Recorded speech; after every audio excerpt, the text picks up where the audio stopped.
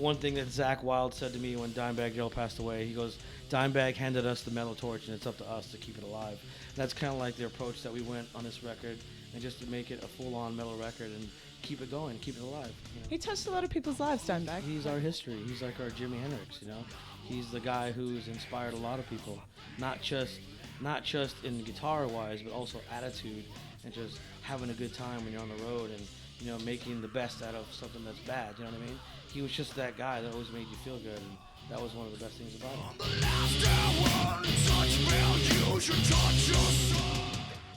We brought Pantera on their first arena tour of the United States. Yeah. In 1992, and when we took them out, they weren't a big band. And halfway through our tour, they put out Vulgar Display of Power, and that debuted at number 44 on the Billboard chart, which was their start of fame and fortune, really. And you know, he was one of my great dear friends. We did a tribute to Randy Rhoads for Japan, and I called Dimebag and I said, "Will you play guitar on this?" He's like, "Fuck yeah, I will," you know.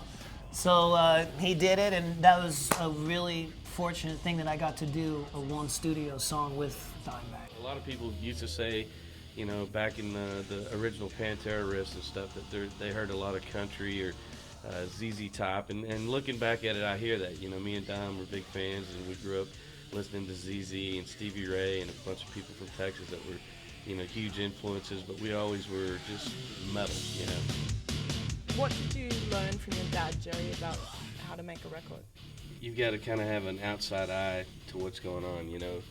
You go to an artist that's painting a picture, and obviously they're very talented, but you can see the little imperfections or the things that you think can kind of make the whole thing even that much more appealing to everybody out there. And that's kind of what I learned from my dad. It's a way to capture the raw energy, the dangerousness of not knowing exactly what you're doing, but you got that drive, you know, and the spur of the moment.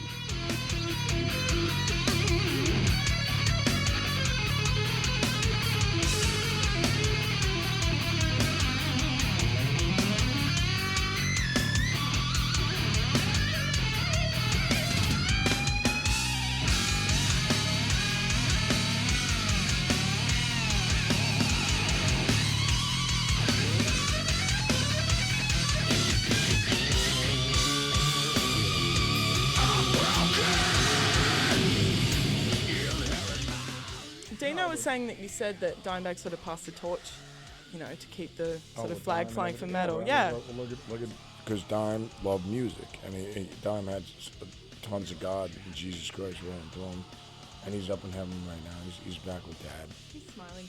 Yep, that's our brother.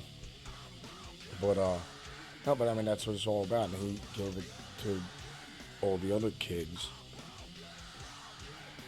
And God gave it to him to give it to other kids to pass it on. So that's like Elton John gave it to me. You know what I mean? So, you know. It's bigger than us. It's bigger than you. Yes, Than Black Label and Ozzy. You know, it's bigger than one guy. It's a movement.